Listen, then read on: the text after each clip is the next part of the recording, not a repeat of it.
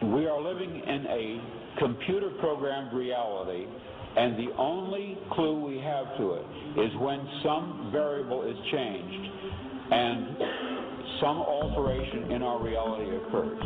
We would have the overwhelming impression that we were reliving the present, déjà vu, perhaps in precisely the same way, hearing the same words, saying the same words. I submit that these impressions are valid and significant, and I will even say this: such an impression is a clue that at some past time point a variable was changed, reprogrammed as it were, and that because of this an alternative world branched off.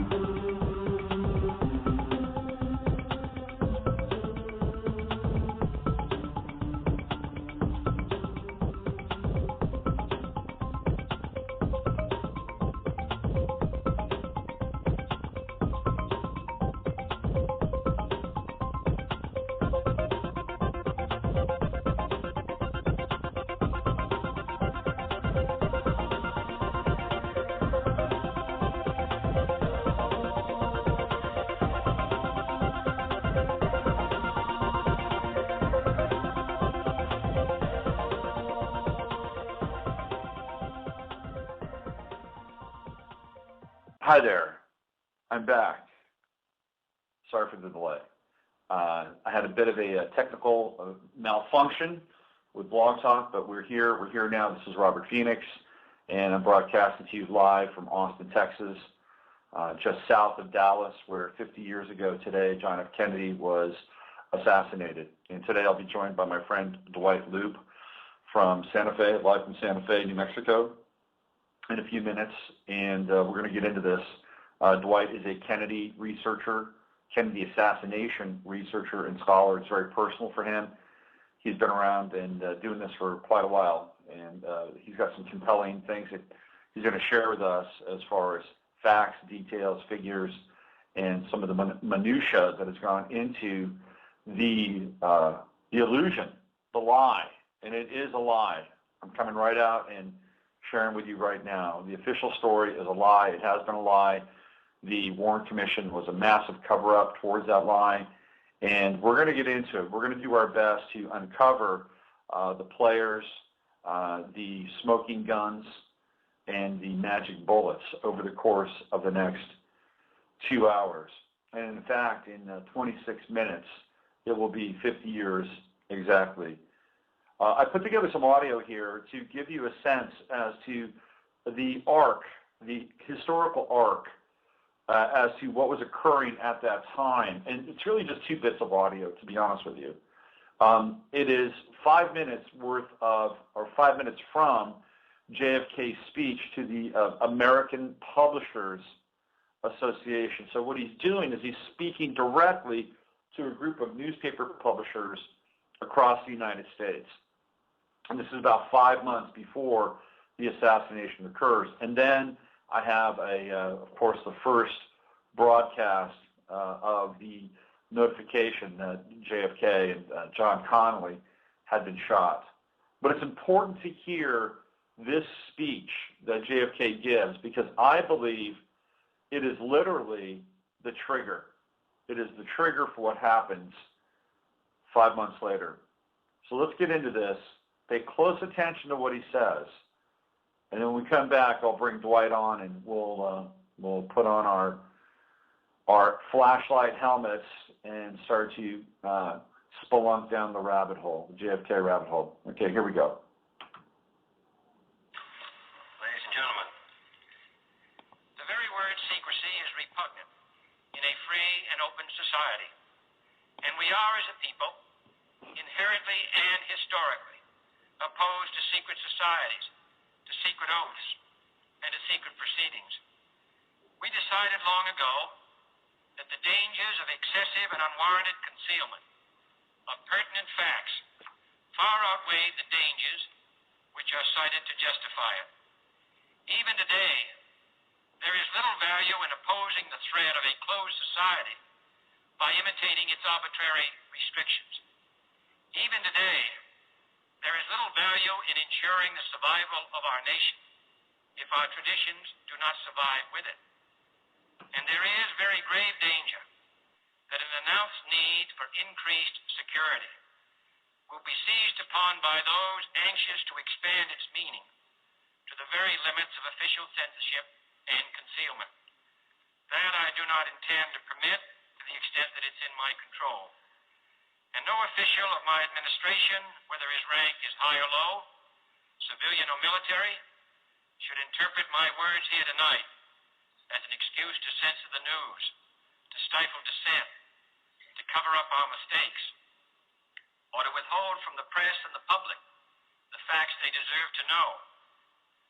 For we are opposed around the world by a monolithic and ruthless conspiracy that relies primarily on covert means for expanding its sphere of influence, on infiltration instead of invasion, on subversion instead of elections, on intimidation instead of free choice, on guerrillas by night instead of armies by day.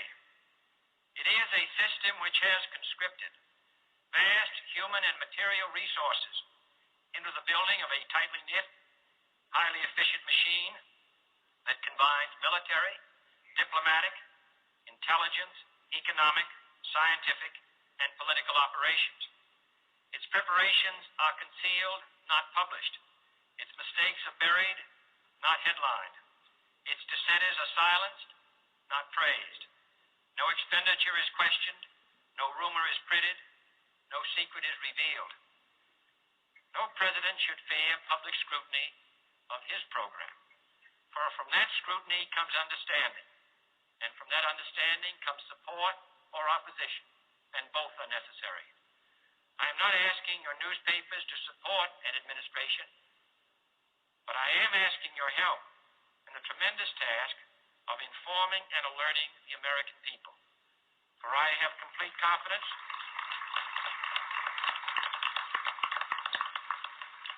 in the response and dedication of our citizens whenever they are fully informed.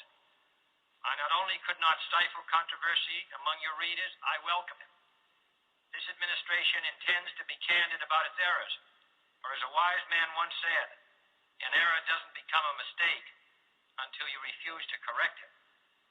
We intend to accept full responsibility for our errors, and we expect you to point them out when we miss them. Without debate, without criticism, no administration and no country can succeed, and no republic can survive. That is why the Athenian lawmaker Solon decreed it a crime for any citizen to shrink from controversy. And that is why our press was protected by the First Amendment, the only business in America specifically protected by the Constitution, not primarily to amuse and entertain, not to emphasize the trivial and the sentimental, not to simply give the public what it wants, but to inform, to arouse, to reflect, to state our dangers and our opportunities, to indicate our crises and our choices, to lead, mold, educate, and sometimes even anger public opinion. This means greater coverage and analysis of international news, for it is no longer far away and foreign, but close at hand and local. It means greater attention to improved understanding of the news, as well as improved transmission. And it means, finally, that government at all levels must meet its obligation to provide you with the fullest possible information outside the narrowest limits of national security. And so it is to the printing press, to the recorder of man's deeds, the keeper of his conscience, the courier of his news, that we look for strength and assistance, confident that with your help, man will be what he was born to be, free and independent. Easier to put the hood on and off with the zipper than it is with the snaps. Then there's zippers up the side so that the jacket will fit tightly around the hips, keep losing that straight, sleek look that it should have. And very often you'll find a zipper hidden in the arm. Good afternoon, ladies and gentlemen. You'll excuse the fact that I'm out of breath, but about 10 or 15 minutes ago, a tragic thing, from all indications at this point, has happened in the city of Dallas. Let me quote to you this. And you'll excuse me if I am out of breath. A bulletin. This is from the United Press of Dallas. President Kennedy and Governor John Connally have been cut down by assassins' bullets in downtown Dallas. They were riding an open automobile when the shots were fired. The president, his limp body carried in the arms of his wife Jacqueline, has rushed to Parkland Hospital. And if you'll excuse me if I give some directions, we talk about what we're going to do here for the next few minutes. But Bobby, let's tape this, if you please, particularly the interview with the eyewitness people. It is being taped good. Here's a piece of copy that was rushed to me and was torn off from the United Press in Dallas. President Kennedy has been shot in Dallas, Texas. He was shot as his motorcade left downtown Dallas. Mrs. Kennedy jumped up and grabbed the president. She cried, "Oh no," as the motorcade sped on. An Associated Press photographer, James Algens, ALTGENS, reports he saw blood on the president's head. The AP man said he heard 2 shots but thought someone was shooting fireworks until he saw the blood on the president. He also said he saw no one. And that is how it went, at least initially 50 years ago today, and in fact within 17 minutes of the exact time. So without wasting any more time, let's bring on my friend Dwight Looop. I've known Dwight since I guess it might have been the early 90s when I first discovered his Earwaves playlist, legendary Earwaves playlist. And I think it might have been in NAPRA Journal or something, some New Age publication. And always intrigued by Dwight's choice of music and culture. And when he moved from Santa Fe to San Francisco, we became friends, and I attended a lot of events that he and his band, the Tone Pharaohs, were always sort of at the center at. And Dwight he's a really interesting guy. He has an amazing survivor story around cancer, which we may even talk about at some point over the course of the show. And I'd always known that Dwight was totally turned on, but when he heard I was doing stuff around Kennedy, he approached me and gave me some really interesting and meaty background in terms of how this event affected his life, so much that he's devoted a fair amount of time doing his best to get in there and find the truth. And being a Sagittarian, Dwight is a big truth guy.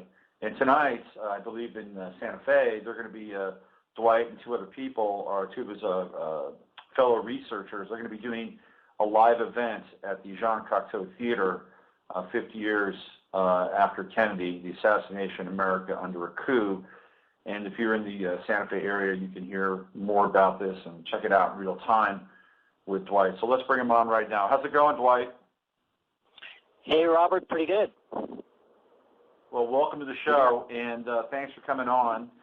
I guess probably the best place to start would be to give people a sense as to, why you're here and why this is really an important event in your life and how it relates to the greater sort of overall narrative and arc for this country as well. And then we'll get right into it. We'll get right down into the rabbit hole. We'll start taking this thing apart.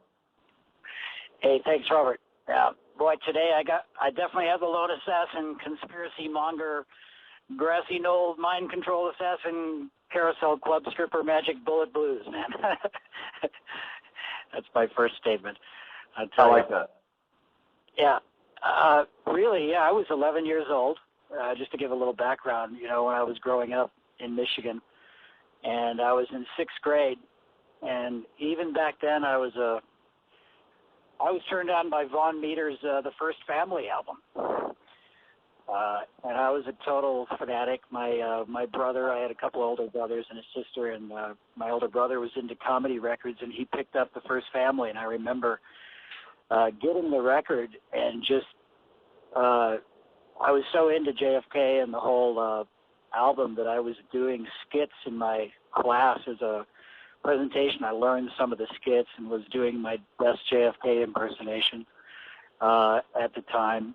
And, it was just a really great album and a great experience for me just to kind of do what I like to do, and that's, get up in front of people and present things, and it was a natural for me. But JFK, I was fascinated as a kid, even when the Cuban Missile Crisis hit in 1960. I was glued to the newspaper. The headlines were, of course, very large when war was looming, and even as a kid, I was just fascinated by it all. I would look at the pictures and look at the Cuban missile sites and just get totally into it.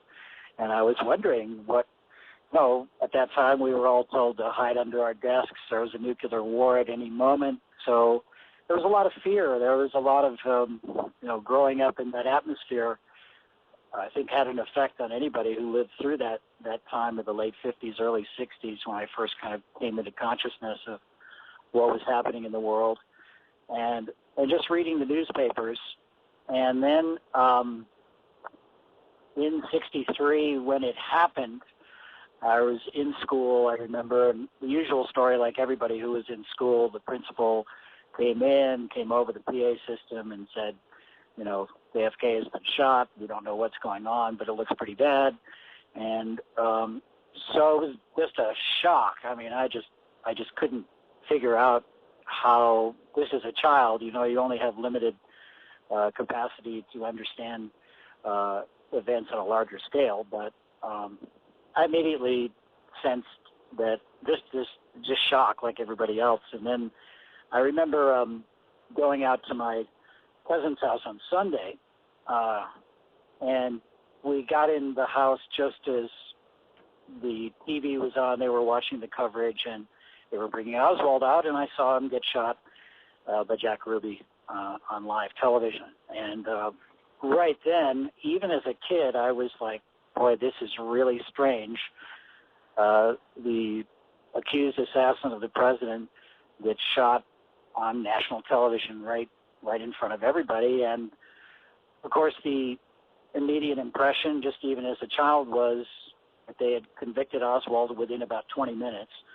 And of course, looking back on it, you really see the absurdity of that in any murder case, let alone the murder of a president of the United States.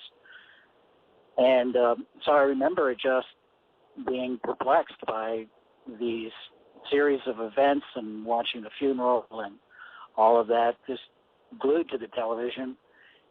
And then really not until 1969, my senior year in high school, I finally got a hold of Mark Lane's Rush to Judgment book, because he was really the first researcher to really look into the assassination, because in his words, he just couldn't figure out how they could pin the murder so quickly on Lee Harvey Oswald, and so he did his own investigation. And I remember picking up the book and reading it, and just that began the journey. That was really the trigger book for me in the research.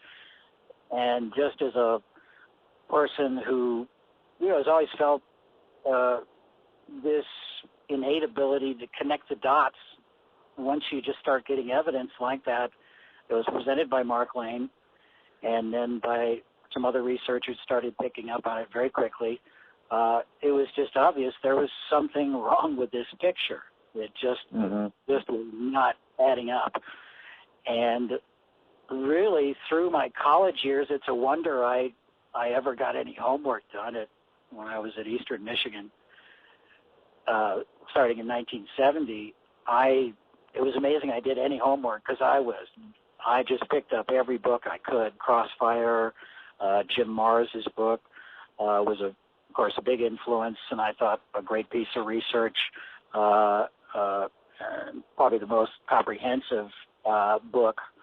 And I immediately noticed as well that the television news, which at that time was CBS, ABC, and NBC, we had Walter and Cronkite at CBS, and Huntley Brinkley at NBC, and CBS.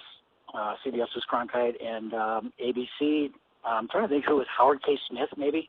Yeah, it was Howard K. Smith for ABC. Yeah, that's right. Yeah, and I think they were the main anchors, and, the story just kept unfolding, and as people started researching it, I just was fascinated, and of course, like everybody, was fascinated by the details.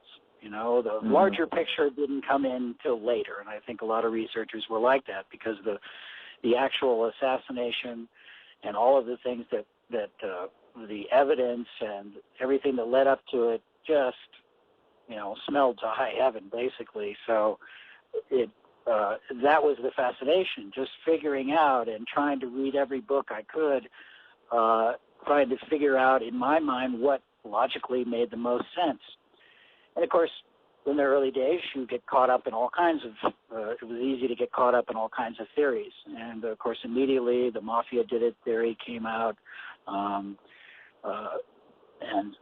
other theories. Of course, seemingly what was first kind of woke me up was the fact that the government's sources, from the FBI on down the line, which was supposedly in control of the investigation from the day one, was that the investigation was pointing towards, or it seemed like, that they were trying to get us to believe that Oswald was a communist, and that they were seemingly pushing us into a war in some way, or a confrontation, pushing the Cold War, whether it be pushing a Cuban invasion or the Cold War. There was just that heavy air that hung over everything that the government was saying, especially in the beginning. In the evidence, the actual evidence of the case, the whole Mexico City fiasco, which is proven to be a lie, that Lee Harvey Oswald ever showed up in Mexico City saying the things that he did. And so that was kind of the beginning, you know, my first early years of it, and just really wanting to find out the truth. I mean, I'm a big guy for justice. When I see justice or perceive justice being denied to someone, it raises the hair on the back of my neck. You know, I can't stand to see, especially what I thought were, you know, everybody thought, well, the government doesn't lie. They're not going to tell us some kind of phony truth, phony story. But I just knew right away that there was some injustice being done. And of course, it focused on Oswald at first, and that was pretty much, I think, the first revelation for most people who look into this, that this guy probably did not fire a weapon, and then down the line you find out other things about Oswald's life. So that was kind of the beginning for me. Yeah. Well, I was watching 4 Days in October last night, which is a fascinating film. It's directed by David Wolper, who went on to acclaim to do a number of other movies later on in his life. But this was a documentary about the lead up and the assassination and then the aftermath of the Kennedy event. And a couple of things to me really jumped out. I'd never seen that before, by the way. I just watched it last night. And one of the things that really jumped out to me was so Kennedy goes from Fort Worth. He dresses a group of people very early at a breakfast in Fort Worth. And then he flies from Fort Worth to Dallas. I mean, it's not that far, and they get in this plane, and it must have been like, Air Force One. It's probably about a 5-minute flight, okay, or 10-minute flight at best, from Fort Worth to Dallas. He lands in Dallas, and there was a moment where he is at the breakfast speech. I think it might have been, the local chamber of commerce who was actually throwing the breakfast. They give him a cowboy hat and they give him a boot, excuse me, or boots. And Johnson is standing next to Kennedy at the table where Kennedy's addressing the audience there. And the look on Johnson's face during Kennedy's speech is priceless. I mean, I agree. If one could frame scorn and contempt in one single shot, it would be on that face of Lyndon Johnson. I mean, it was like, wow, look at what this guy is throwing off right now. This is really kind of amazing. He's not smiling. He's not stoic. I mean, there is genuine dislike going in the direction, towards his left. So that was a thing. That was a serious notice for me. And then after everything happens, and of course the strange kind of arrest with Oswald, the killing of the cop, everything goes really haywire very, very quickly. And there's no real, at least in the movie, perhaps you could shed some light on this, there's no real clarity as to why that cop got shot or how Oswald even got involved with that cop, right? I mean, it's very strange. And then they arrest him, and then they parade him back and forth and back and forth, through the police station, to the courthouse. I mean, it's like he's on display. It's like, how many times can we see this guy, in a span of about 24 hours? Am I right? That's correct. He appeared it seemed like every time he got moved between an office or his jail cell. Of course, the press was there, so they were there. And but it struck me too. And what struck me is the very first time they brought him out, there was a moment, and if you look at it, he looks, Oswald, and we can talk about part of this later, he looks dazed, not just surprised that he actually looks like his answers are kind of rambling. He's trying to pick out the questions, obviously, among screaming reporters. But he seemed really dazed and confused that very first interview. And then he got more lucid and more lucid, says he's a patsy and says, I don't know what this is all about. He seemed to almost like come awake. That was kind of weird, looking at it from history, later on. At the point, I didn't notice it that much, but when I watched back to it. And the other thing I would mention that I just saw was as he was going into that speech at the that you're talking about. I don't know if you've heard the commentary. There's an announcer who's waiting for JFK to appear to speak. Have you heard that? No. Okay, unbelievable. You got to check it out. There's an amazing film. It's live coverage of, JFK is going to be here any second, and he's talking about how everybody's there and they're all waiting, and he stops. And he's ad-libbing at this point. He's ad-libbing. It's a local Dallas TV station. I forget which one, but he stops and then starts reading a script. He obviously starts reading a script, and he goes in the next 2 minutes, or a minute, I say, or so, before JFK walks in for the speech. He talks about how JFK had broken protocol, Secret Service protocol in outside, and then he goes into this written, you could tell it was written statement, talking about every assassination of every American president, how McKinley was shot. He goes into detail. And I'm saying this is very strange. It is one strange. of those weird, it's one of those weird anomalies. I just saw this the other day. I had never seen this, of all the clips you can find on YouTube nowadays. But I was going, this is insane. Here he's getting ready to, introduce the President of the United States coming through the door on the newscast, live television, and he goes to an entire history of the assassination of American presidents before that.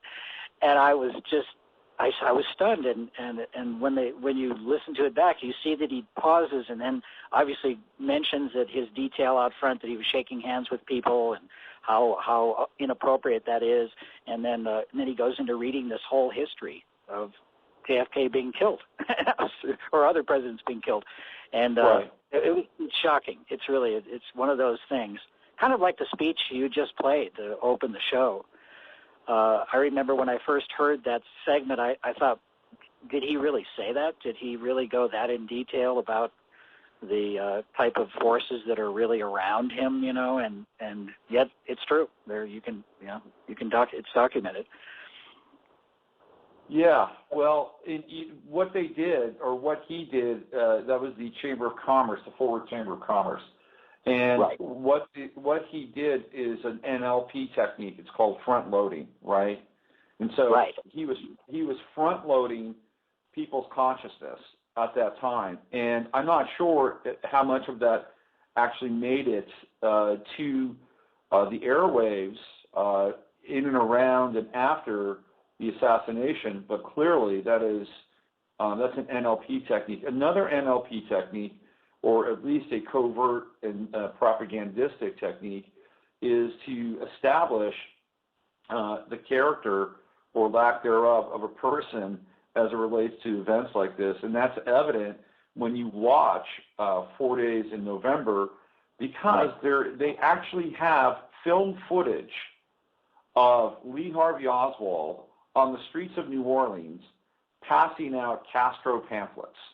Okay? I mean, they had a local news station hanging out with him and some other guy, and this is obviously communist propaganda and rhetoric, and so they've managed to, insert that snippet and, freeze frame that in the consciousness of people after the fact. It's like, oh, of course, well, he was a communist, and this is the furthering of the Cold War, the advancement of the Cold War. But what it was is that the guy was probably under serious mind control. He went to Russia. That's a known fact. He went to Russia. And what people might think, right, is that, well, the Russians got a hold of him. They turned him into a Manchurian candidate, and this is the end result. Well, that's kind of an easy sort of take on that. But the relationship with the United States and Russia is and never was what it seemed to be. It was all a complete lie. The Cold War was a complete lie. Absolutely, and his whole story being, as they say in the trade, sheep-dipped and used as an asset by both the military and the CIA powers, and eventually the FBI with James Hosty. That whole story, but that whole the U-2 spy plane story, that was also something that during my JFK research became evident, that they purposefully gave the Soviets the information for the U-2 spy flights so they could shoot down Gary Powers, so it would become an international incident, and that the generals on the Joint Chiefs of Staff, Kennedy's Chief of Staff, could turn to Kennedy and say, hey, look, they shot down one of our spies, and it became an international incident. And we got closer to war. And obviously those generals who were on the Joint Chiefs of Staff, especially if you read that fantastic book, The Brothers book, which I think is one of the better, more recent JFK books, describes the atmosphere at the time. And I think any researcher, as they went along in looking at the conspiracy and looking at what was going on, you could sense that the times, what was the time? We were in the smack middle of the Cold War, the very depths of the Cold War. The generals and the military were itching, and the defense contractors were itching to bomb.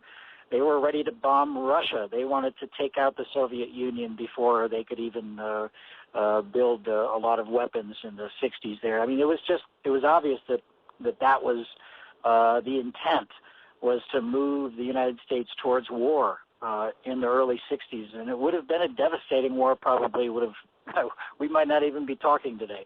And the fact that JFK did seem to be moving in that direction, moving in the direction of peace. There's no doubt he had made, well documented, that he had made overtures to Khrushchev. They were talking about a joint space program.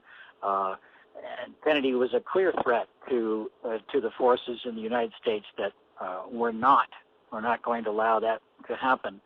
And I think that's what's lost in today's coverage. I mean, if you watch today's coverage or any of this whole last few weeks of the JFK thing, you never get a sense that there was a poisoned atmosphere in America. It just is not portrayed.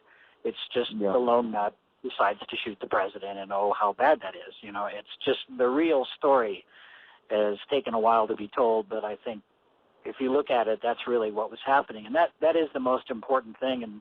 And the historical, looking at from history and seeing what was really going on before Kennedy was in. And calling it a coup d'etat, it was the removal of the top man in the pyramid, but pretty much everything underneath him was screaming military industrial complex, as Eisenhower, so aptly warned us about. Right. And unfortunately, we see it has grown into the military intelligence industrial media complex, because the media is right along with it, and has been pretty much all along. So that the climate at the time is really the important thing in understanding why JFK was killed. I think we know so many of the details. There are fascinating details, but really what's coming out, and I think what's come out in the last few years in the books that are out, is that we're seeing more of the why. We're really hitting on the why. We know the who's and the what's or as Fletcher Prouty's character says in JFK, it's just it's called kind of window dressing, to really what was going on. And well, a lot of people don't understand that the United States had a very close relationship with Russia. I mean, the United States sold immense amounts of wheat to Russia all throughout the end of the 1940s to the 50s and the 60s, and had it not been for the wheat that the United States was selling to Russia and at very cut-rate prices, there's a very good chance that Russia may not have been able to survive because the Bolshevik Revolution and the war basically wiped out almost their entire infrastructure, their ability to raise crops. I mean, they were in serious disarray after World War II with the regime change and all that. So the United States basically helped keep Russia alive. The United States also sold parts and hardware and I think in some cases probably even very early forms of software to the Soviet Union, which in turn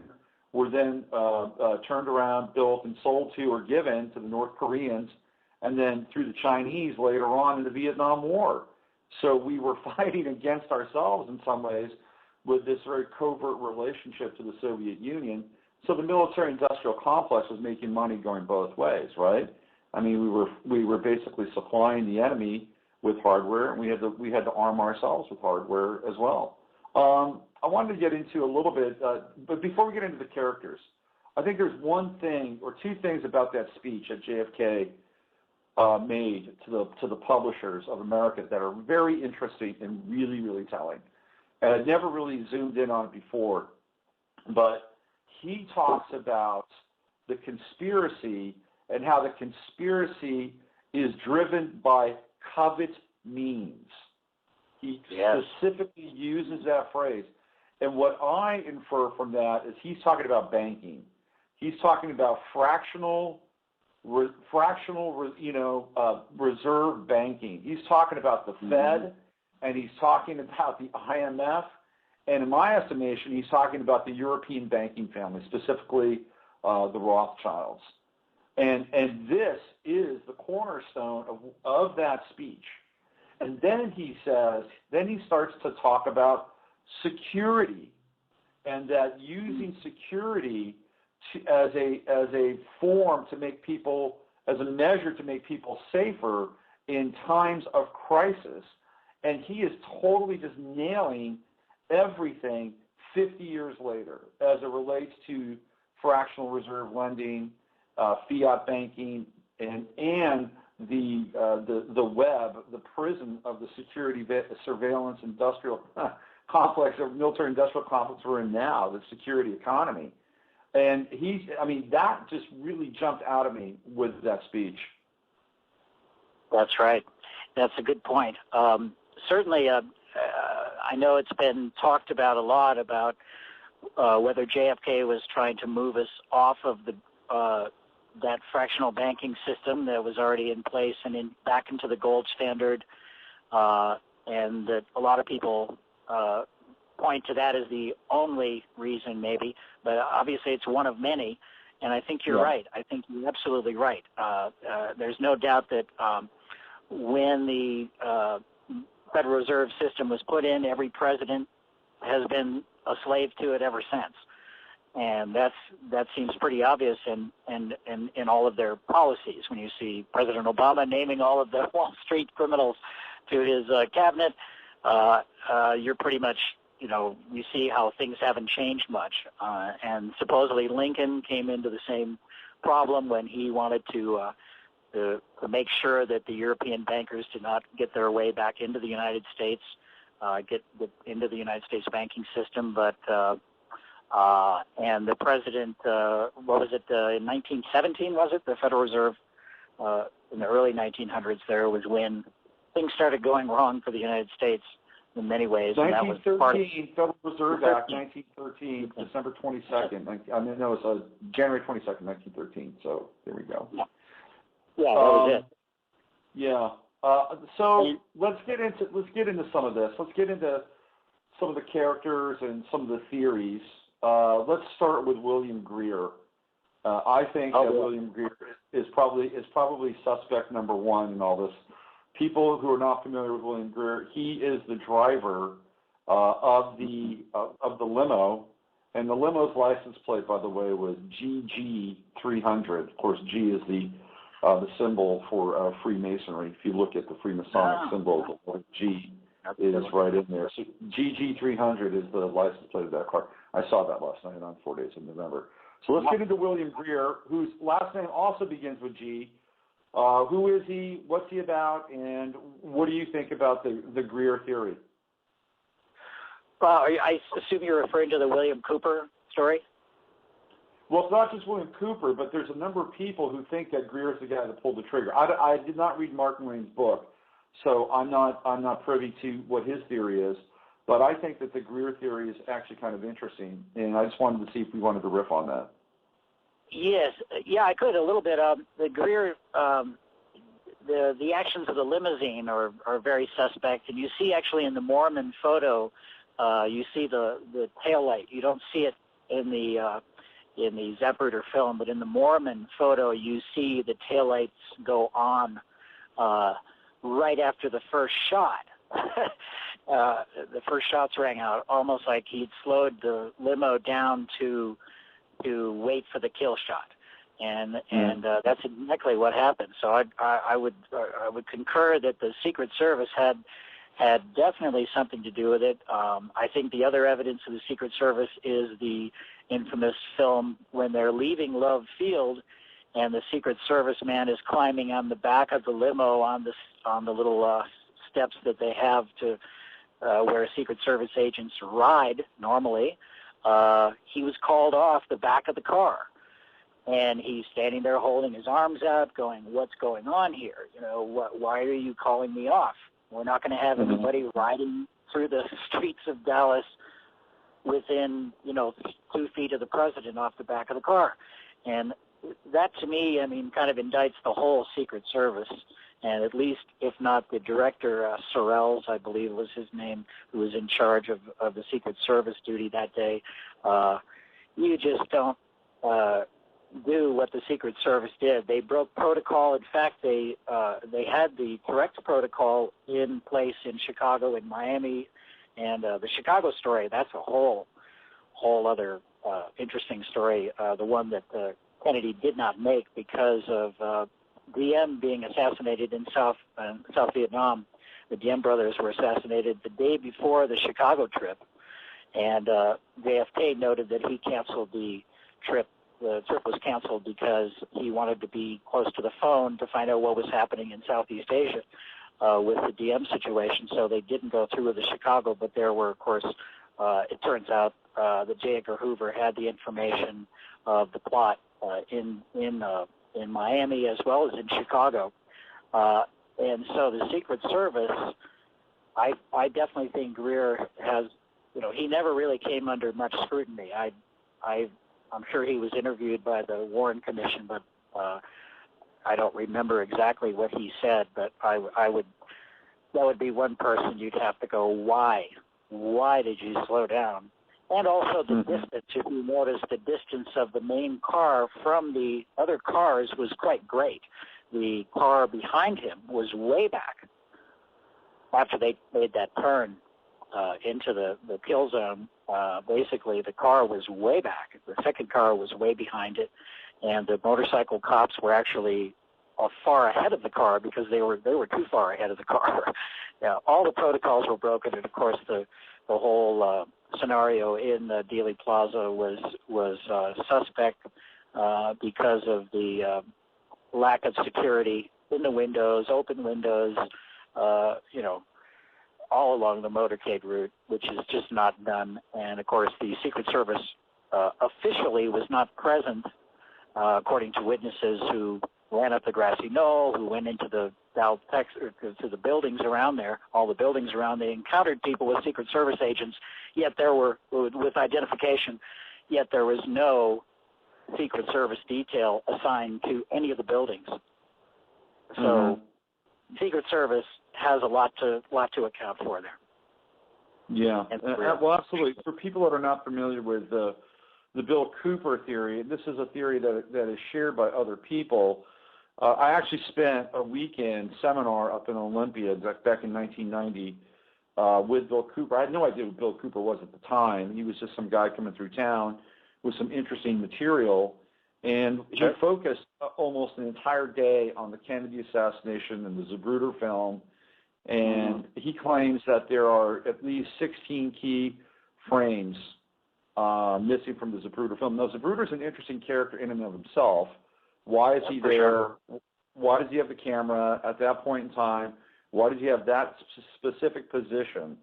Who is in charge of getting Zapruder to document this thing? But he claims, Cooper, that the French got a hold of the Zapruder film and that they took out 17 frames, or the United States had them take out 17 frames, 17 key frames, I think it was. And according to Cooper, the French were blackmailing the United States for a number of years with that film. That's just what he says. I can't prove that, but that was his aside. Hard to verify, but interesting, yeah.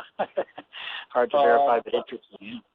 But what he did was he took that film, and at that time, this is 1990, right? So he took it to the Japanese, and the Japanese apparently had some really, high-powered technology, which in 1990 probably seems like a Fisher-Price toy today, but they took that film and they enhanced it. They kept as much of the pixelation they tried to reduce as much pixelation as possible. And Cooper makes this case that it is William Greer reaching around from the front of the car and delivering the kill shot to Kennedy. So that is the William Greer theory. Now there are other theories too, right? There's the shot that comes from the front of the car, but not inside the car. And apparently there was some guy in an umbrella who was killed. It was. Do you know this factoid? The Umbrella Man, yes. Mm-hmm. Yeah. Why don't you talk about that a little bit? Yeah, the Umbrella Man. Let's see, I don't have his supposed name. He ended up someone who called himself the Umbrella Man came before the '76 assassination committee, the House HSCA, I believe it was called, and he testified that he was standing there with an umbrella for the sole purpose of demonstration. He called it really a demonstration against I believe it had something to do with, in World War II, it was some incident where the United States, I don't have the exact facts on it right off top of my head, but it was an interesting story because he made up this story basically about that he was demonstrating to Kennedy, was part of a demonstration to Kennedy, to say that holding the umbrella up, that the United States did not protect some faction that was a U.S.-supported base operation. I don't know the exact details, but I remember reading about it and seeing the photos of the man and wondering that this was an odd situation, because here you have a man standing right at the spot when the shots begin. So it seems like more so than that he was just protesting. And there was another strange guy beside him who had a walkie-talkie in his back pocket. You can see it in the photos. They were together. In fact, after the shooting, he calmly,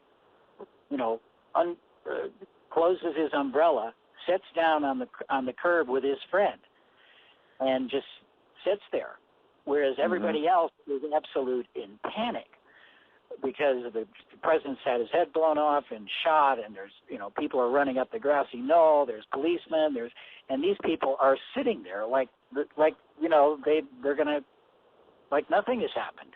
So it was very suspicious. And when he testified, his whole story sounded pretty crazy. But the key, I think, is he's actually moving the umbrella. He's actually pumping it up and down, which, to me, if I'm the shooter or I'm an assassination team, that is a signal. That is a signal that, either the first shot hit, he's obviously hit, but he's still alive, keep shooting, there was some kind of signal, but and nobody has ever identified the other man next to him. That's the other very suspicious. I don't think, in my reading anyway, I've come across where he was identified at all, and so that's my take on that. It just seemed like a very strange thing. It was a sunny day. It had rained before, so people had maybe umbrellas with him, but it seemed very odd that someone, a man, standing there with an open umbrella, pumping it up and down as the president's coming by, is a little odd, to say the least. Absolutely. So the other thing, we have the umbrella man and the person next to him, and then we have the infamous three tramps, or the three hobos. Just going to talk about that. This is a very interesting sort of sidelight to all of this. Let's get into the three tramps. Who are they, and what have they been connected to with all this? Well, the original theory was that, of course, take the photographs of the three tramps and try to figure out who they are. Try to figure out, like, who are these people? They were found in a boxcar right off, hiding in a boxcar. And obviously they were supposed to be there. They weren't hobos. They were well-dressed. They weren't your typical hobo, I guess, at that time. And the speculation immediately began, I believe, with the one of them, I'm trying to remember his name. He was from the Bay Area. He was a writer of a book that Peter Dale Scott. Peter Dale Scott. No, who's the Ramparts editor? Krasner? Cranston? Alan Cranston? Krasner. Paul Krasner? Paul Krasner. Oh, the Realist. The editor of the Realist. The Realist. Paul Krasner. Right.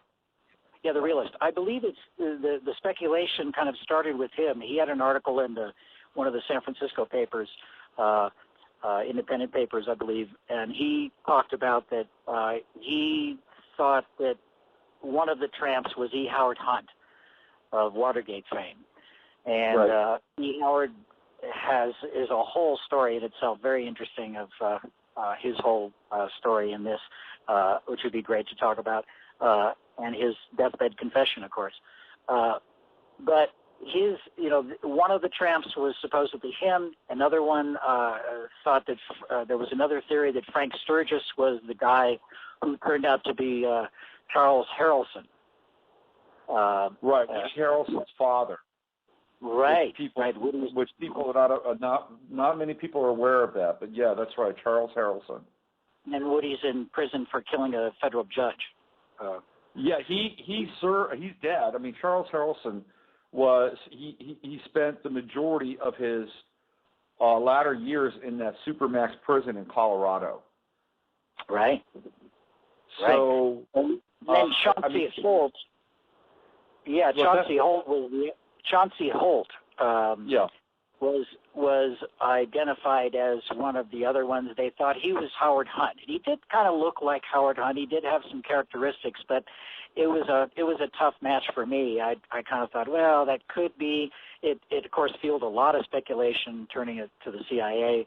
Harrelson was definitely someone who was into the criminal life, and it turned out that Chauncey Holt was a forger. He was a guy who made forged documents for the mafia and for the CIA. When they needed somebody to fake a Secret Service document, fake a Secret Service ID, fake a intelligence, anything that needed to be faked, he was apparently one of the men that the CIA turned to, and the mafia as well, if they needed false identification. But he came forward. Timothy Holt did come forward, so I think it was not a Howard Hunt. The other thing that was interesting, which has come out so much recently, and I think this is a lot of the stories that have been hanging around for years get tied up, is that you find that people into their 60s, 70s, and 80s who were alive back then and were somehow involved, especially mafia people. Seems like the mafia people like to talk a lot. And guys who, one best theory I thought about the tramps, which I kind of sense, I just have a feeling is probably right, is that, and in fact, there was a guy, I can't remember his name right offhand, but he did an interview recently on a radio program, and he was talking about his days working with the mafia and doing different jobs for them, and he talked also about how they used to fake IDs to get into places, and also the CIA was doing that. But he believes that the three tramps were actually the backup, the fourth assassination team, as he calls it. He talked to some people, and he heard that there was going to be three teams, and that the fourth team was actually Harrelson and Chauncey, and I forget who the other guy was that determined who he was. Charles Rogers. Yes. Chauncey Holt. Charles Rogers. Yeah, 3 C's. And that they were actually the third or fourth, depending on who you want to listen to, but actually those three guys were part of another team that, if they missed JFK in Dealey Plaza, they were set up on the other side of the overpass. That makes sense. If the fourth teams missed, those were the guys, probably Harrelson and Rogers, and maybe Chauncey was just there for the identification part of it, but the cover-up. But that's a good scenario as any to me, because it makes sense that they would then be told, okay, don't need you, meet me in the rail car, and we'll pick you up in a car. We'll come by and pick you up. So that to me makes about more sense than, and certainly after years passed, that would make more sense that they were, brought in like many people into Dallas. And I think that's kind of what's thrown off so many researchers over the years and causes a lot of confusion, is that there was, somebody once did a list of all the different people from CIA, mafia, and connections in the Dealey Plaza, and it was phenomenal. I mean, it was just, there were so many different people that were connected to all different groups that would want Kennedy killed, right. That it was easy pickings. It was easy to point it to just about anybody, and I think that's part of it. But the tramps, it's always been an interesting story for sure. Well, yeah, it's really fascinating too, because you've got Woody Harrelson, the son of Charles Harrelson, and Oliver Stone, who is obviously obsessed with the JFK assassination, also does a film called Natural Born Killers, and he casts Woody Harrelson in the lead sociopath in that film. And really, I think it's kind of an inside joke for Stone, because what he did is he cast a natural born killer, that his father, Charles Harrelson, was a killer. Right. And so Woody himself is a natural born killer. And I think, it's a strange kind of, matrix sort of loop that we're in, where, art imitates life, and there's all these kinds of crazy intersections. Keanu Reeves, by the way, is another actor whose father has a very dubious background and is still in jail and is still in prison to this day. Yeah, absolutely. Keanu Reeves was born in Lebanon, Beirut, and I believe his father was either a major drug runner or did espionage / intelligence work and drug running at that time. But he's in jail now, has been for quite a long time. What I want to do, Dwight, is I want to get into Jack Ruby a little bit on the other side of this break. I'm going to play some of your music. So let's get into Jack Ruby, and let's talk about who he is, what his motivation was, theoretically, and some of his connections. And because he becomes the guy that really seals the deal for Oswald, and I think he's a very important figure. So let's get into some of your music. I uploaded the track here. It's Sumara, right? Is that what we have? Yes, right, from Dream Jungle, Red Night. Yeah. Okay. So in addition to being a researcher, Dwight is actually a radio host. You've got the Earwave show on Soma FM. Is that correct? That's right. That's right.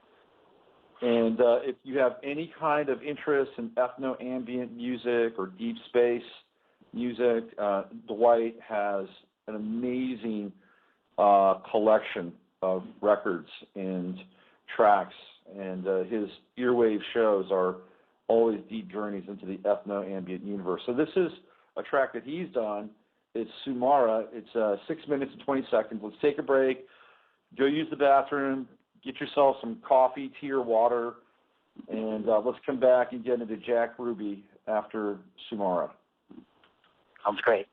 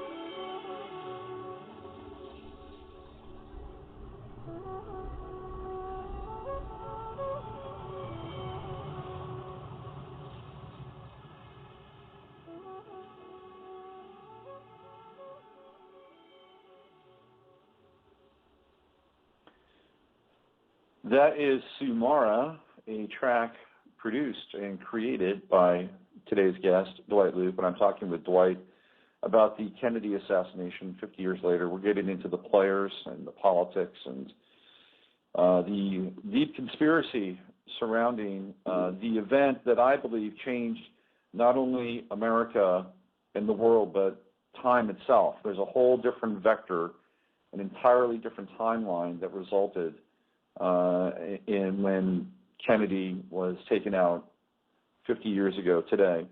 Got a lot of props for that track in the chat room, Dwight. Oh, good. Yeah, there's that one sample in there that says, it's another world, you know, it has that little sample in there, and that's so perfect. It is another world. It is another world, and we are doing our best to create another world on top of that world, which maybe gets us back to the other world. So, pre-Kennedy, let's get into Jacob Rubenstein, interesting, very controversial character, and I think a very pivotal one. Jacob Rubenstein, obviously Jack Ruby, and he has an extremely sordid past with a lot of really seedy, grimy underworld connections, most of which are related to the Italian mafia, but also what we would call the Jewish mafia and Meyer Lansky. And that's something that we should get into a little bit, because I actually think that Israel had a role to play, along with a lot of other people, during the Kennedy assassination. So let's get into Jack Ruby. What do you know about him, and what do you think his motivations were?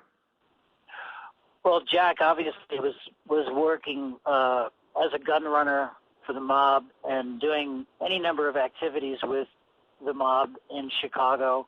The first document that I came across that probably was the most interesting was the connection between Richard Nixon and Jack Ruby. That was apparently sent. There's a memo that's on file. It's a real memo from the Department of Justice when the FBI to the FBI, from the FBI to the Committee on Un-American Activities in 1947, and it said basically in the document that one Jack Rubenstein of Chicago, noted as a potential witness for hearings of the House Committee on Un-American Activities, is performing information functions for the staff of Congressman Richard Nixon, Republican, a representative of California.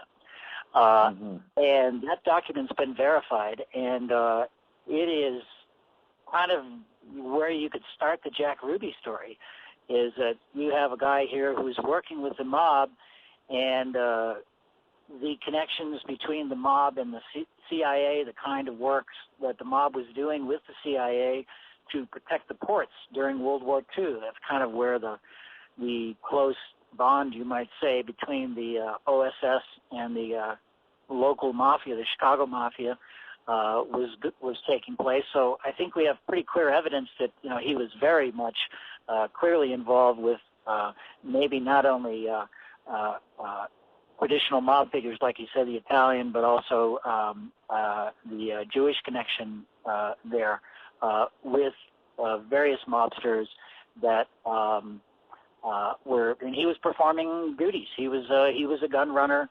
He was involved in that seedy world of that was moving a lot of weapons around the world during the post-World War II period. And Jack Ruby seemed to be right in the center of that kind of activity. And then he obviously made enough money to start his Carousel Club in Dallas, and which was a place where, of course, a lot of policemen, local policemen came, and he was somebody that everybody knew. So he obviously was a guy who played the field. He made sure that he was seemingly connected and with a lot of different people in that kind of underworld. Yeah, he had gone to Cuba to meet with what's his name, Salvador Traficante in Cuba. Traficante. Yes. Yeah, as part of the mob, and he also had connections with Sam Giancana. So here we have a guy who's clearly playing with a lot of different underworld figures and moving across security and intelligence lines and doing, all kinds of, kind of covert activities. And we're led to believe that he did this out of sheer patriotism and fury and the seething indignity because he believed that Oswald was displaying arrogance. I mean, it's amazing how quickly that was sold to the American people, and this gets to the Warren Commission and just a complete hatchet job the Warren Commission was, especially as it relates to Jack Ruby or Jacob Rubenstein. It's an absolute travesty, and he wound up spending what about another 7 years in jail? Is that right? Yes. Yeah. Well, actually, it wasn't even that long. I don't think. Let's see, 63. No, it's 4 years. Right? 67 when it was when he died right after he got out of jail, right? Yeah, he died of cancer, a very fast-growing cancer, which is also tied in with the JFK story, with the David Ferrie story. I don't know if you know the Mary Ferrie and the monkey virus book. That's right. Yep. Yeah, that whole scenario where Ferrie was doing research at Tulane University, and that he was involved in the trying to find a quick-killing cancer that would be used against Castro. And they were doing it on behalf of the CIA at Tulane University. And it's just an incredible book and an incredible story that also ties in the connection with Oswald, because Oswald introduced Ferrie to the whole program. And, Ferrie introduced Oswald through his travels, and also crossed with with this whole Jack Ruby story eventually by him dying of cancer in prison. I think it's phenomenal to watch those films that are available of Jack Ruby after the assassination when he's in the courtroom. And also when he's walking down, there's another one where he's walking down the hallway, and he basically says, there has been a coup d'etat in America, there has been a government change, and I want to go to Washington, and I want to talk to Adlai Stevenson, and, he had a whole story that he was going to tell. And I have a feeling, actually, with Jack Ruby that he shot Oswald. Obviously, he was given an ultimatum.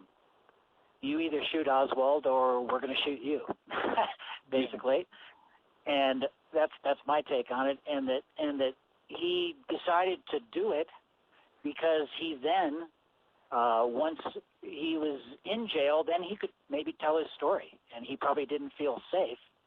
Little did he know. He would feel safe in jail. And his statements after the assassination during these various hearings are, I think, just a slam dunk that kind of tells everybody, hey, you better look further. This was a change of government here. And, of course, he was the first guy to point the finger at LBJ, that LBJ was knew about it and was also part of this. So, interesting story, this Jack Ruby. I mean, he was put in the worst possible situation anybody could be put into, and not that he was a good character by any means in his life, but I think in general that Ruby movie. Remember the movie that was made? Yeah, Ruby. There was some good, I think, very reasonable moments in the movie. Obviously, it was a fictional adaptation of some real story, but there was a psychiatrist who came out and said that Ruby shot Oswald because he had a psychotic reaction to something, and he was absolutely insane, and he was just absolutely mad and had to go in and shoot Oswald. And they tried to concoct all kinds of different things to explain why this mobster would be in there shooting someone that he eventually was found out to be associating with and ran in the same circles. Because I think it's proven to me that Oswald also was investigating for the FBI, and I think through his James Hosty connection, you find that that's how Ruby how Oswald got to know Jack Ruby, because he was investigating gun running and other nefarious activities, I think, for the FBI. That's why they had to destroy the notes from the FBI, and that's why Oswald's history is being hidden and still to this day, there's so many documents that haven't been released, but everything points to the fact that he was actually working as a very small operator, you might say, for the FBI at that time to look into the New Orleans and Dallas, Texas gun running activity that was going on. So Ruby was such a key figure and such a tragic figure in a way. It's hard to feel sorry for someone like him, but in a way, he kind of was a person who started leading us on the right path, I think. Well, here's some interesting factoids about Ruby. Okay. Apparently, he had introduced himself to Ben Ellis, who was the assistant district attorney, and in front of 6 other people. This is the day before the assassination. This is the 21st of November. Wow. Right. He introduces himself to Ellis, and he said, "You probably don't know me now, but you will." You will. This is a quote from Chief Curry, from Lieutenant W.F. Dyson and the Dallas Archives. So this is part of the public record. Ruby introducing himself to the assistant district attorney, saying, "You're going to know me." I mean, crazy stuff. Then he paid off an employee, and the employee he paid off, he said, he gave, I think this is actually in the movie, the Ruby movie, he said, "You better get it all tonight," meaning the money, "because I won't be around." He says that before. This is, and then on the 22nd, he posed. This is at the station on Friday night, the 22nd. Ruby apparently posed as a writer or an interpreter. This is how he got in, right? This is how he got in there. Right. He posed as a writer or interpreter for a Jewish newspaper. And there's some really interesting connections to Ruby and Yitzhak Rabin, because apparently Yitzhak Rabin was in Dallas at that time.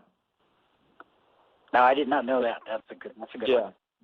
This comes from the author Barry Shamish, and Shamish says yes, Rabin could have been. So Rabin was posing as a journalist. Apparently, this is the wife of Yitzhak Rabin revealed. Her name is Leah Rabin. Revealed in a biography that Rabin was in Dallas when Kennedy was assassinated. There was little doubt that Ruby was connected to Rabin, right? I mean, this is an interesting kind of, intersection here. And then Barry Shamish, the author, says yes, Rabin could have been one of the journalists that Rabin was posing as in Dallas. Fascinating stuff, and it gives a whole other spin to what was taking place in Dallas at that time, because one of the things that Kennedy was doing was that the Israelis were working on the nuclear power plant at Dimona, and he did not want them to have a nuclear bomb, and Kennedy demanded 6 months worth of inspections for the facility, and the French, by the way, built that nuclear reactor. And I think that the Israeli government was extremely angry with Kennedy in micromanaging and getting in their business, specifically because, and this is what I've looked into, his old man, John F. Kennedy, or Jack Kennedy, had gone to Meyer Lansky and the Jewish mafia, and because they'd all been doing business for years. I mean, Kennedy, the old man, was a rum runner. He knew Onassis. Onassis was bringing rum up from South America, also black tar heroin and all kinds of crazy shit from South America. Kennedy had ties to the mob through the Canadians and who are the? I always space out on their name. The guys that bought Seagrams. Anyway, Kennedy knew these cats, right? And so he went to Lansky and he went to the Jewish mafia, probably the Italian mafia as well, and he called in favors. He said, "I want my son to get elected," and he said, "Okay, this is what I've heard. Okay, but once he gets elected, he needs to be hands off with Israel." And just like he did with the Italian mob, with Bobby going after the Italian mob, Kennedy himself decided that he was not going to be hands off with Israel, that he was going to get in the way of the Dimona reactor. And I think this is really a big piece of the missing Kennedy story, the missing Kennedy conspiracy that we have to take into account. And I think that there were a number of forces, just like you've mentioned, that wanted to take him out during that time. And it's weird because what we see here is kind of this shadow projection of the Aquarian Age, which is all these different various factions working together as one, right? It's like the negative Aquarian Age. And so they all work together in order to bring this event about. And I think different players had different roles in all of it. But at the end of the day, there's seriously enough motivation on any one of those points of the continuum to understand that there was a conspiracy, and they were all complicit at some level. Yes, it is that mystery wrapped in an enigma. Quote from David Ferry in the JFK movie is very profound, because it is a mystery. There's so many elements. I mean, there was just no way that JFK was going to be allowed to complete his term and go on to a second term. I think that was they had decided probably early on in his, like you said, once he started betraying all of the agreements that he made to get in to become president, those forces were just too strong. And in the Israel connection, I think, is always something you have to look at, especially in light of today's world and what we see, the influence of the Israeli influence on the American government, typically the Zionist influence. But it's a very good point, and I think you're right on there. What's your take on Clay Shaw? He's the guy that Jim Garrison, essentially, pulls out of the weeds and does the hypnosis on him and gets the testimony out of him. He's a key figure. Kevin Costner portrays him in JFK. What's your take on Clay Shaw and his role in all this? Yeah, my sense that Garrison, in his investigation, and especially when you see the interviews with him after it was all over and right towards the end of it, when he was really fingering the CIA as being the main trigger for the assassination, and that led him to Clay Shaw. So Clay Shaw was part of this milieu of international businessmen. Going back to your point about international money and banking, he was Firmadex Corporation, which was a European very big business trademark kind of activity in the Dallas, very influential trade group. Clay Shaw was a very supposedly well-respected man in the business community at the time. So I think Garrison, basically he kind of was forced to wrap up his investigation before he could go much further. And I think when he started to get into some of that international intrigue with foreign-based corporations, I know Mae Brussell, the famous researcher, got into that big time. So I think Clay Shaw was also a mover and shaker in that milieu of people who would have liked to see Kennedy killed as well. Specifically, boy, he's a hard one to pin down, like most of these international industrialists or people who deal with international companies and deal in high finance. So I would say a bit player, if any, but I think his investigation was pretty much derailed at that point when he decided he had to wrap it up and had to bring in somebody. Yeah, interesting stuff. So Permendix was it? What was Permendix? It's a company. Some say it was a front company. What exactly did Permendix do? Well, see, I don't have it in front of me. I remember reading about it and hearing about Mae Brussell talk about it, but I believe it was a very large company in Europe, but I'm not sure exactly what they made, what was their, exact business. But he was very involved with that company and with international, international trade really was what it was all about. I'm not sure if there's anything deep, deep history that's relative to Permendix, but it was part of his connections to the international world of finance. Right. One of the people that does not come out looking very good around this is Lyndon Johnson. And there's an interesting interview with his mistress, which I have queued up. It's about a 5-minute interview, and she basically indicts him as one of the people that was behind the Kennedy assassination, and I think he's got his fingerprints all over it.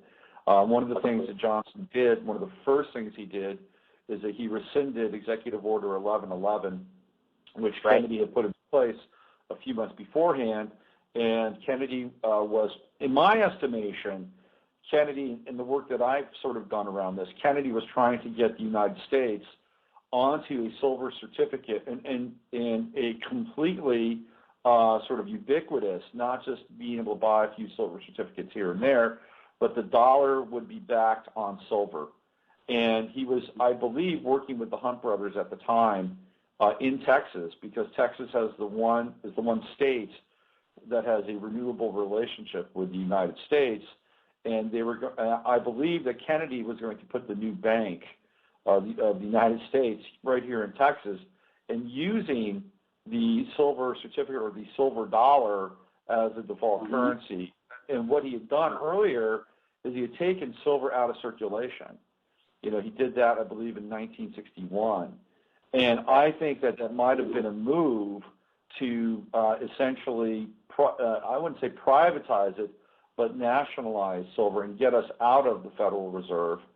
And so as a result of all this, he enacts the Executive Order 1111, which theoretically could have been the launching point for that. And Johnson doesn't even land before he rescinds that executive order. So that he does that on Air Force One. So what I want to do, Dwight, is I want to play this interview because this might be an interesting missing piece to all this. This is it's going to be about 5 minutes, and this is JFK's mistress. I believe her last name is Brown. And Madeline Brown. Madeline Brown. That's right. Madeline Brown. So we're going to listen to this and hear what she has to say. She believes LBJ actually tells her that he's involved in this, but he's pointing it towards Texas oil interests. So maybe it's a CYA moment on his part. But let's hear what she has to say. Let's talk about the next day in Dallas.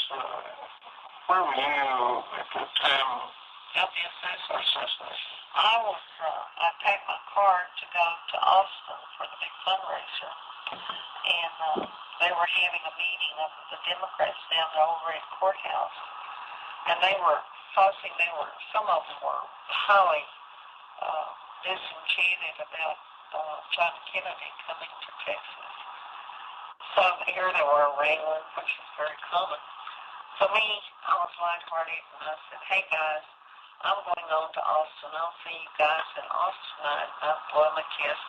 I walked out of the Red Courthouse, and we didn't have all the parking problems. I get in my automobile. You could hear the parade, the noise from the parade. I drove across the Houston Street Viaduct in order to hit the highway to go to Austin. And impulsively, I said, I won't have time to have my hair fixed in Austin, so I'll go by,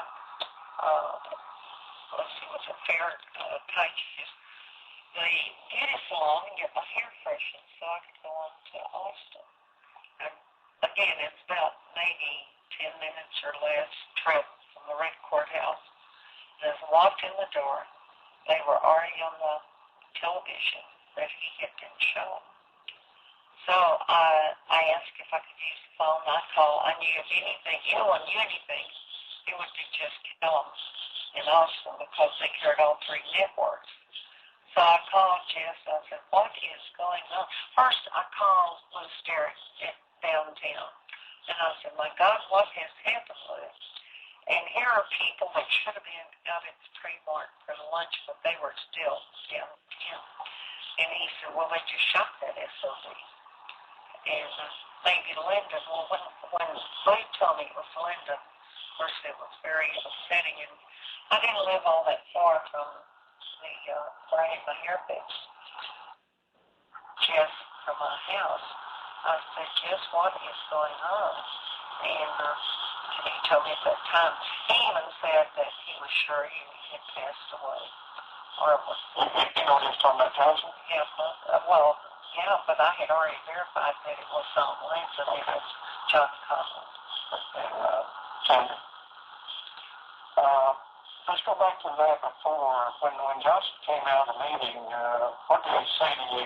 He was so angry. He had a violent temper.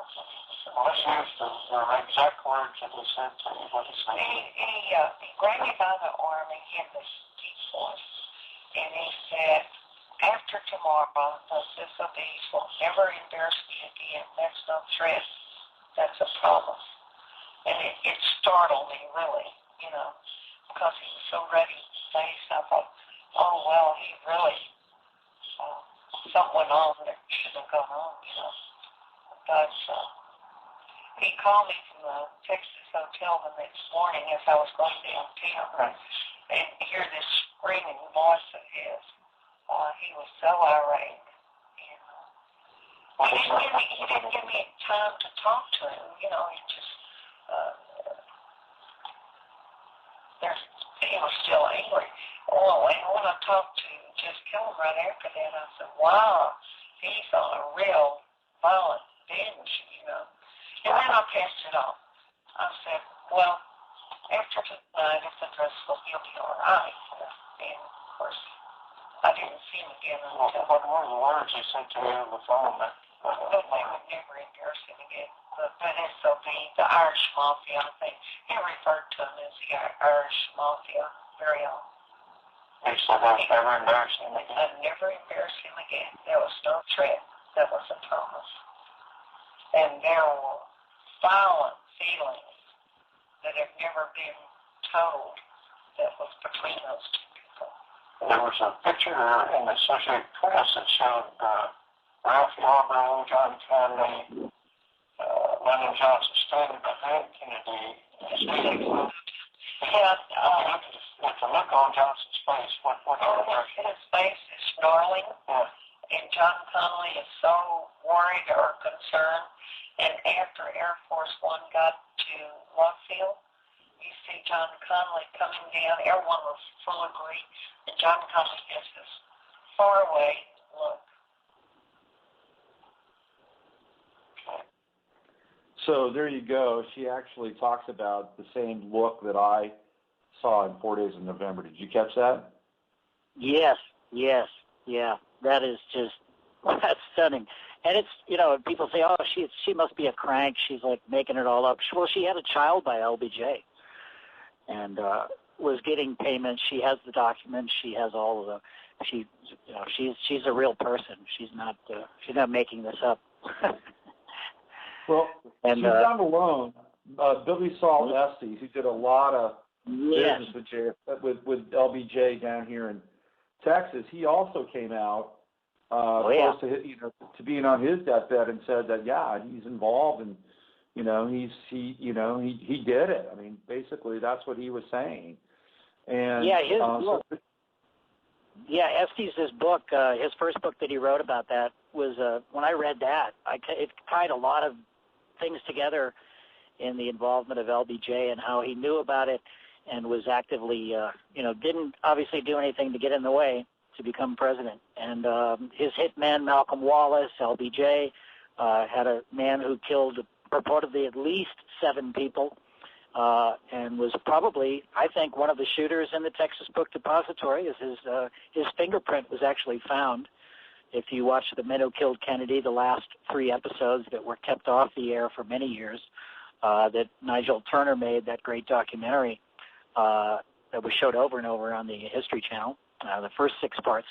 But the last 3 are actually the best parts of it because it does go into the LBJ thing and Malcolm Wallace in particular, and the fingerprint, the missing fingerprint that for years nobody could identify until they matched Mac Wallace's fingerprints to it, and clear match, according to experts that they brought out. And hard to believe that JFK or that LBJ actually was, if not brought into the plot and used his hitman in it somewhere, and it just points all the way to such a vast conspiracy among the Texas crowd.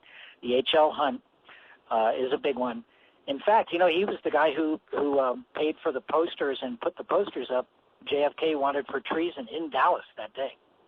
I don't know if you knew that. Oh, wow. That I didn't know about that. That is that's interesting stuff, man. Totally. Yeah, that was something that I had took a while to uncover, but when they actually somebody did some serious research on the whole Texas scenario, and that was uncovered. And obviously they were worried about the oil depletion allowance, which Kennedy was also going to eliminate from the Texas oil men, and they weren't very happy with that at all. Right. Yeah. I think that's what Brown references later on, not in that interview, but later on in subsequent interviews. So I was watching the local news today, here in Austin. Of course, they're talking to people about the assassination, and there was this one guy, and he said, well, he's probably maybe in his late 40s, long hair, he kind of screamed Austinite and something. And he said, well, it's a tragic time, and I think we need to take this time as a moment of remembrance and there may have been some kind of conspiracy involved, but I don't think that that's the important thing right now. This is what he said, right? And he says, I think we just need to, pay remembrance to the moment and the time and the man. And it's like these interviews are not random. They put these interviews on local TV, national TV, for a reason, because the cue is don't go any deeper, don't worry about the curatorial stuff, find the sentimental chord and play that. Absolutely. The use of emotion. It's basically all pulling on the strings of emotion to get people to turn into this sad kind of state, and it just conditions them to not ask any questions. And that's pretty much where the country has been on the whole thing. And certainly not the country. I think most people have woken up. Many people have woken up. But the psychological part is, I think we should talk about that, because I think that it has been such a mind-controlled event. It's put in the people's mind that there's a lone assassin, and no matter what they say, that all conspiracies are wrong. There's no such thing. The lone nut is, the way it goes in society. All of the killings we have, from Sandy Hook to the current, lone nut shooters going crazy. That's supposedly the way things happen in America, and there's no collusion. And the psychology of the country has been severely damaged just by this one event, by the JFK. That's why it is still important, why it still matters. And our generation, I know you're a little bit younger than me, but it's going to be lost. And there's a reason why they wanted to hide away the records for 70, 80 years, 100 years, in various committees. Is because they want to, until the dies, or, other major families that have caused such destruction of the American society, and until those people are dead and their fathers are dead, we're not, we're stuck with it. We're stuck with this psychology of fear and belief in believing not in conspiracies, but in single lone acts of craziness that change the world. Well, we all know from Gulf of Tonkin, other events in American history, they've all been made up. It's all a lie to get us into war. And so that's where we are. And the psychology and the PSYOPs operations are still in effect. And now they have, we have Fox News, which is even another tool for the powers that be to continue with this cover-up and this ridiculous control of our psyche. Well, it is. I think it's a really important point, and I found a video today on YouTube, and I put it up on Facebook, and it's a couple. I don't know where they're from, but they managed to grab the entire footage of Walter Cronkite breaking down the Kennedy assassination very quickly after it happened. Yes. And and it's funny because they have, it's almost like Mystery Science Theater. They talk over it, and they're pointing out, these kind of glaring, glitches in the program, and, how everything is kind of front-loaded. Like, for instance, they have, Cronkite has this artist rendering of Oswald with a gun, with a rifle, right, at the right angle, at the book deposit. And it's like, oh, yeah, of course, there's Oswald. Yeah. There he is. He's got the gun, of course. It makes sense. But what's really funny and troubling is that right after they run this little special, right, the first commercial is for a type of coffee. It's called Minute Brew. And what they do with this commercial is that there is a swinging pendulum going back and forth during the coffee commercial, almost as if it is hypnotizing and entraining everybody right after they've seen that factual statement, and all the news and all the evidence which confirms that JFK was killed by the Harvey Oswald. And in fact, even in the commercial, if the pendulum swinging back and forth wasn't enough, the guy who's narrating in a very hypnotic kind of way takes a silver spoon and then begins to mirror the movement of the pendulum in the background. So we see this cycle of entrainment begin to take place almost immediately after JFK is killed. And of course, the nation's in a trauma. It's a post-traumatic experience, and then, in my estimation, all hell breaks loose. I mean, it's the insertion of all these different programs. But to your point, Dwight, it really sort of calcifies and puts that image in our brain of the lone gunman. And the lone gunman continues to this day to be the patsy or the fall guy, the person who is completely troubled and has a grudge against society or one person. And that has been the archetype from that point forward. And the JFK conspiracy is the mother of all conspiracies. Everything after that, is considered to be, sort of tinfoil hat wearing fodder. And in my estimation, I think that the real smoking gun is 9/11 and JFK. They're actually connected, by the way. But 9/11 and JFK, is the Gordian knot. And if we could slice that knot open, and we have the opportunity now, it is relevant right now, relevant and prevalent right now. Chiron is in Pisces. The JFK assassination is going through the Chiron return as we speak.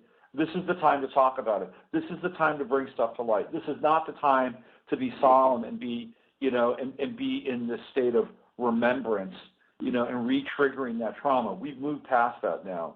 This is the time to get it out in the open.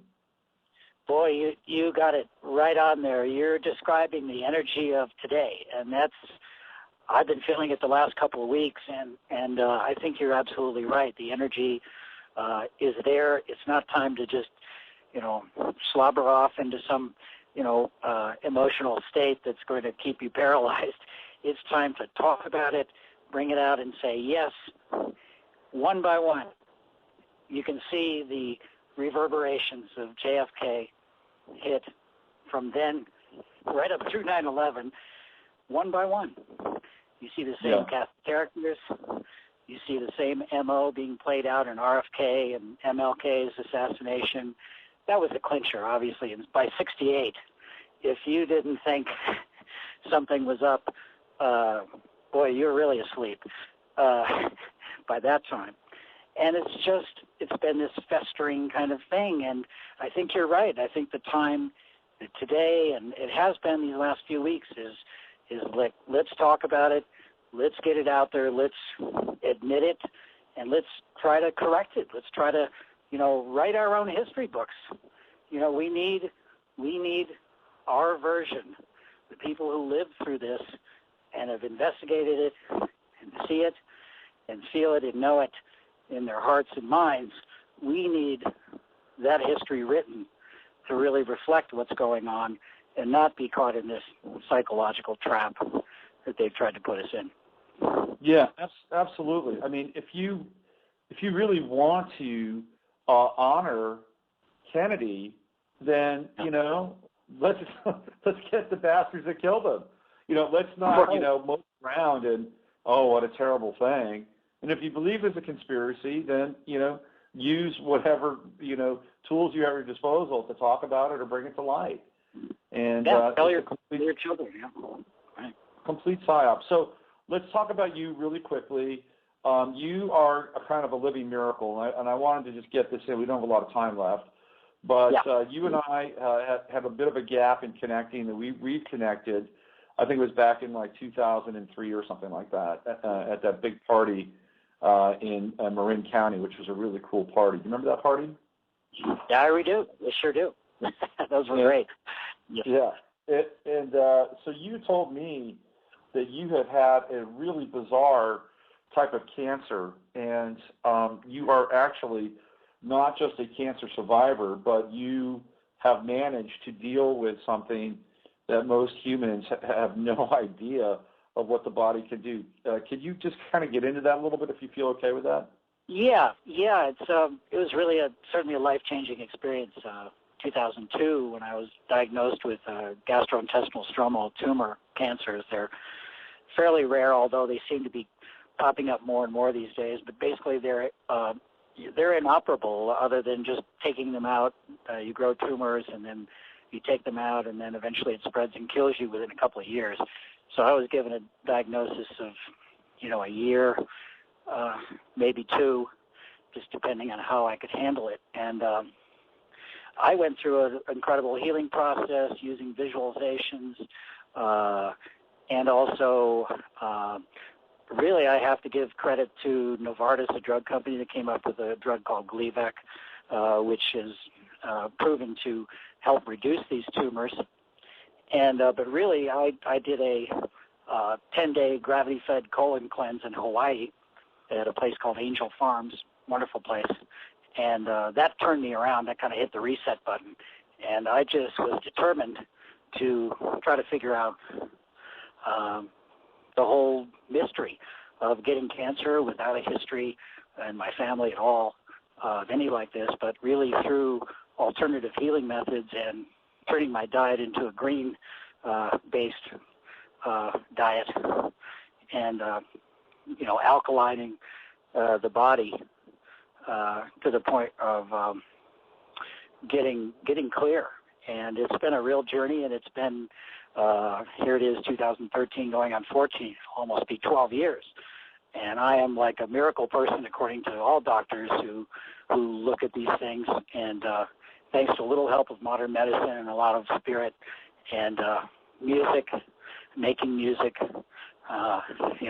pulling in those kinds of energies, I've been able to really turn things around and still feeling good. Well, it's a great story, and I'm glad you're on the planet and continuing to research and dig and make music and create events like the one you have tonight in Santa Fe. You want to talk a little bit about that before we sign off? Yes. My friend's David Brownlow, who runs Studio X here, an internet provider of a long time, and he also worked on the movie Ruby, which he's going to talk about. He's a professional movie sound man who's done all kinds of movies over the years, and he worked on the Ruby movie, did all the sound, location sound for it. And him and Dean Balsamo and I, along with Antonio Lopez, on the 30th anniversary of JFK, did a show or did an event at the Aztec Cafe here in Santa Fe called, we called ourselves the Conspiracy News Network, CNN, our own CNN. And we did an event on the 30th anniversary and packed the place, and it was just great. And once I moved back to Santa Fe here just in September, I got together with the three of them. We said, hey, the 50th anniversary is coming up. We should do something. So we contacted the newly renovated Jean Cocteau Cinema, and they were willing to put us up for tonight. And interestingly enough, Santa Fe is kind of the home of the ex-spooks, We've got Valerie Plame and Wilson lives here, right? And H.R. Haldeman used to live here when he was alive, the Watergate guy. And interestingly, Richard Stoley, who is the Time Life editor, who's the guy who bought the Zapruder film, also lives in Santa Fe with Hal Wingo, also a fellow writer at Time Life. And they are doing an event tonight as well, a free event at the one of the cinemas here in town, another theater. And it's interesting because they're kind of presenting their version of the continuing story of, the lone assassin and why they had to get the film and secure the film, to save embarrassment to the Kennedy family and blah, blah, blah. So interesting that event's going on at the same time. So you guys have doing events. That's really interesting. That's fascinating. Yeah. But Santa Fe is an interesting place. I've heard that Donald Rumsfeld lives has a place in Santa Fe or Taos. Do you know about that? Yes, I think he has a ranch here somewhere out here. Yeah, either I think it's outside of Taos, I believe. Yeah. Shirley MacLaine, everybody's here. we got all types here. Well, with all those insiders, man, it sounds like you're actually probably in a pretty safe place. So that's good to know.